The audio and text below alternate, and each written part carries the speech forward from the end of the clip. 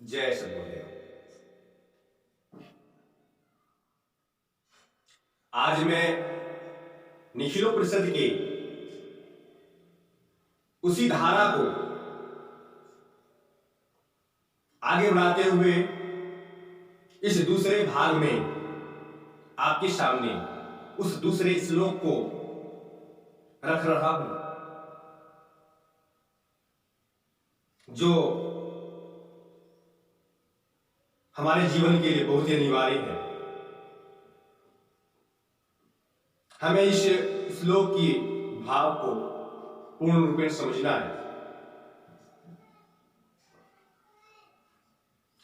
गुरु स्मृतः ब्रह्मकाल श्रेष्ठः, गुरु कार्य श्रेष्ठः, शिष्योर्भवन्तु।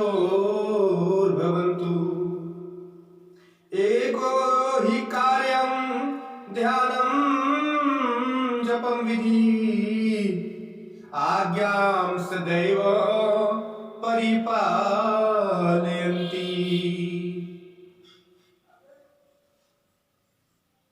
इसका अर्थ यह है कि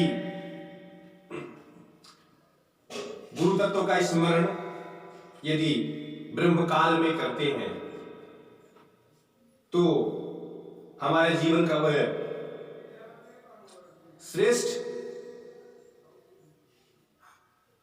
कार्य होता और उससे भी श्रेष्ठ होता है यदि हम गुरु की आज्ञा का पालन करें, गुरु कार्य करें, जो गुरु चाहते हैं वही करें। हमारे जीवन में एक ही लक्ष्य, एक ही कार्य, एक ही ध्यान, एक ही जप, एक ही विधि होनी चाहिए कि हम गुरु की आज्ञा का सदैव पालन करते हैं।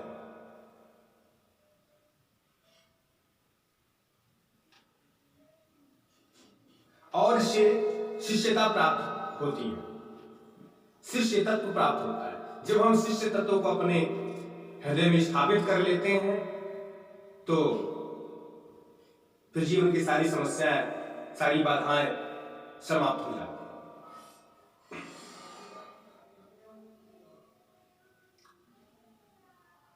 इसका तात्पर्य क्या है? इसका तात्पर्य यह है कि गुरु से बढ़कर इस दुनिया में कोई नहीं, क्योंकि गुरु ही मानव जीवन को उच्चतम स्थिति तक पहुंचाने में सहायक होते हैं। इस संसार के एकमात्र अधिष्ठाता देव गुरु ही है। इसीलिए तो वेदों ने बार बार कहा है, गुरु ब्रह्मा गुरु विष्णु गुरुदेवो महेश्वरा, गुरु साक्षात परब्रह्म तस्मै श्री गुरुवे नमः। इस संपूर्ण विश्व में, ब्रह्मांड में जो शक्ति ज्यादा महत्ता रखती है वह गुरु है। इसलिए हमें उनका चिंतन करना चाहिए। गुरु कोई हाड़ मांस का पुतला नहीं है। गुरु तो वह चेतना पुंज है, चेतना स्वरूप है, जिसका कोई आकार नहीं, जो निराकार है वह गुरु है। लेकिन वह निराकार शक्ति जो है वह भी साकार रूप में आकर के हम पृथ्वीवासियों को एक चेतना दे जाती है, एक ज्ञान दे जाती है। मेरे गुरुदेव ने कहा कि प्रत्येक 2500 वर्षों में मैं इस पृथ्वी पर आता हूं। जब मैं श्री राम के रूप में आपके सामने आया तो आप मेरे सहयोगी रहे, साथी रहे, मेरे कार्य को आपने गति दी और आप वानर के रूप में, भालू के रूप में, कहीं किसी सहयोगी, कहीं किसी मित्र के रूप में आप मेरे साथ रहे।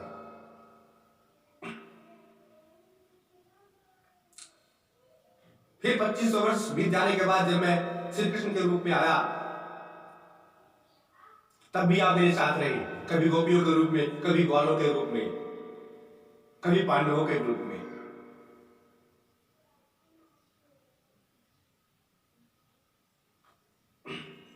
और जब वही 2500 वर्ष बीत जाने के पश्चात बुद्ध स्वरूप में आता हूं तब भी आप मेरे साथ रहे, मेरे अनुयायियों के रूप में, मेरे शिष्यों के रूप में। वहां भी आप सहयोगी रहे। और जब वही 2500 वर्ष बीत जाने के पश्चात जब मैं निखिल स्वरूप में आता हूं, तब भी आप मेरे सहयोगी हैं, आप शिष्यों के रूप में हैं। आपने मुझे पहचाना है, मैंने तुम्हें चेतना दी है कि तुम मुझे पहचानो, साधनाओं के माध्यम से, शक्तिपात के माध्यम से। और मेरे उस कार्य को आगे बढ़ाया है, बढ़ा रहे हैं, और जो भी मेरा सहयोग कर रहे हैं वह मेरे ही अंश हैं, मेरे ही तत्व हैं, मेरे मानस पुत्र हैं वो।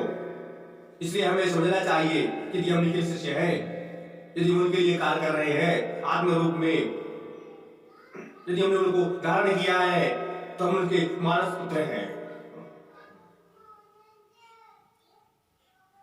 और हम मानस पुत्र होकर के यदि उनके लिए कुछ कर नहीं सके, तो फिर वही हुआ कि हम सोने चांदी और हीरो जवाहरातों के बीच रह करके हमने उनका उपयोग नहीं किया, सिर्फ अपने लिए उसका उपयोग किया, मानव जीवन के लिए, संसार के लिए हमने उसका उपयोग नहीं करने दिया। हमारे जैसा कोई पापी नहीं है। सबसे पहले तो हमें अपने आप को चेतनावान बनाना है। ये जो दूसरा श्लोक है वह यही भाव दिलाता है कि अपने आप में चेतनावान कैसे बने।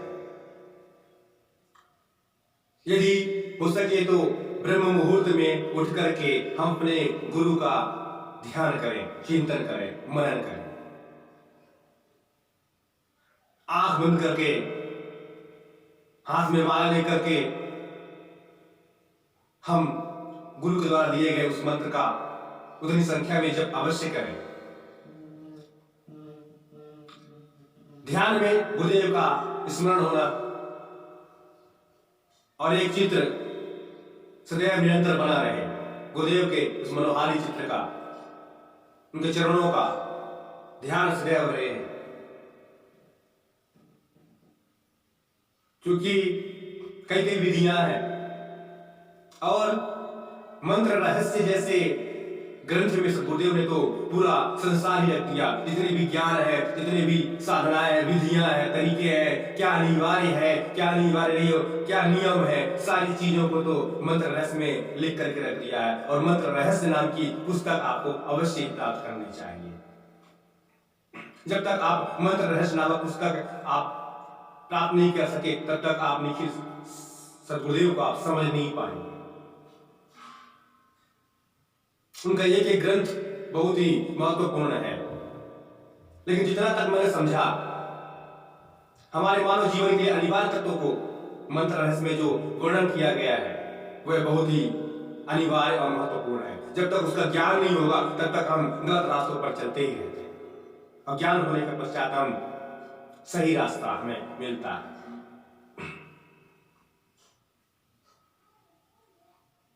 छोटी छोटी बातें कोई नहीं बदलाता, और उन्हीं तथ्यों को लेकर के मैं आपके सामने प्रस्तुत होता हूं। हो सकता है पुस्तक ना मिले, लेकिन कुछ ऐसे ग्रंथ हैं जो सद्गुरु लिख करके चले गए, कभी उसको बोल करके प्रवचन में बोलने का समय नहीं मिल पाया, क्योंकि उन्हें जो ज्ञान देना था उनमें अथाह ज्ञान का भंडार था। लेकिन जो उन्होंने कहा, कुछ वीडियो सामने आपके प्रस्तुत हो जाती है।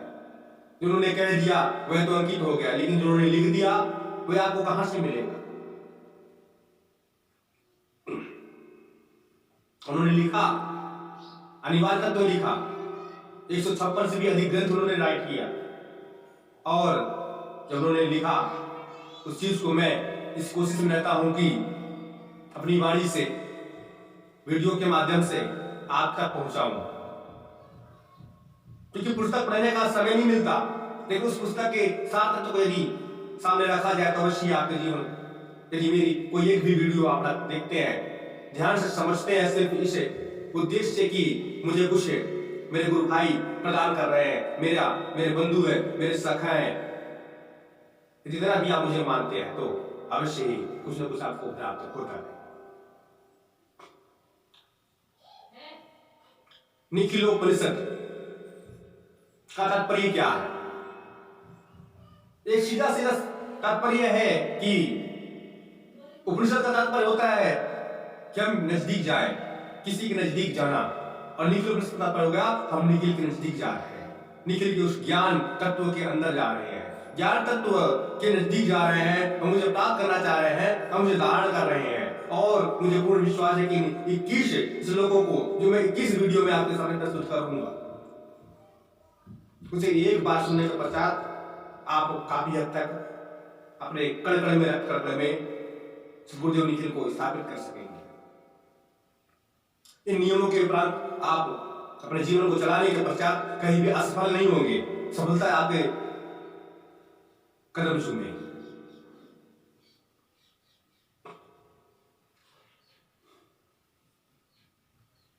तो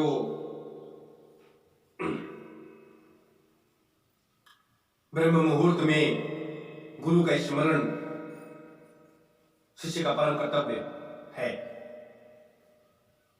किंतु कई लोग समझते हैं कि हमारा समय टाइम निश्चित होना चाहिए, प्रतिदिवस यदि एक भी दिन हम छूट जाए तो हमारा असफल हो गया, लेकिन ऐसा नहीं है। एक घड़ी आधी के बुनियाद, एक घड़ी 24 मिनट की होती है, आधी घड़ी 12 मिनट की, और 6 मिनट उससे भी आधी, 6 मिनट भी यदि हम उनका स्मरण ब्रह्म काल में कर सकते हैं तो अवश्य ही हमें वह फल प्राप्त होगा। और उससे भी महत्वपूर्ण है कि गुरु कोई आज्ञा दे उसे हम करें।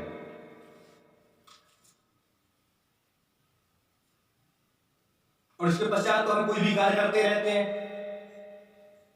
जब हमारा मन खाली हो तो उस मन को एकमात्र गुरु के चरणों पे लगाएं। शरीर से हम कहीं भी बैठे हो, सो रहे हो, जाग रहे हो, खा रहे हो, लेकिन मन में एक ही मंत्र, एक ही धुन लगन हो, एवं खाली समय हो, बैठे हैं अपने ऑफिस पे बैठे हैं, उस समय पर सिर्फ हमारे दिमाग में एक चक्र घूमता रहे, एक ही मंत्र, एक ही चेहरा। महान है ऐसे शिष्य जो इस प्रकार का चिंतन करते हैं। यह चिंतन भी बहुत ही महत्वपूर्ण है। और जब हम जा रहे होते हैं, जब हम अपने अंदर, अपने हृदय में गुरुदेव को स्थापित करते हैं, तो हम कहीं भी जा रहे होते हैं, गाड़ी में बैठे हैं, एक विशेष चिंतन आता है, सदगुरुदेव हमारे कानों में जैसा कि कोई बात बोल रहे हो, और एक नई बात है हमारे सुनाई देती है और ज्ञान मिलता है। उसका उपयोग करें, क्योंकि यह ज्ञान आपके जब हृदय स्तर पर बैठ गए, जब आपके ब्रह्मांड में सदगुरुदेव बैठे, तो आप गलत सोच ही नहीं सकते। और यदि गलत सोच रहे हैं तो आपके अंदर उनका वास नहीं होगा। और इसी प्रकार से इस वीडियो को यहीं पर मैं विराम देता हूं। अगले तीसरे भाग में मैं पुनः मिलूंगा। ओम जय श्री।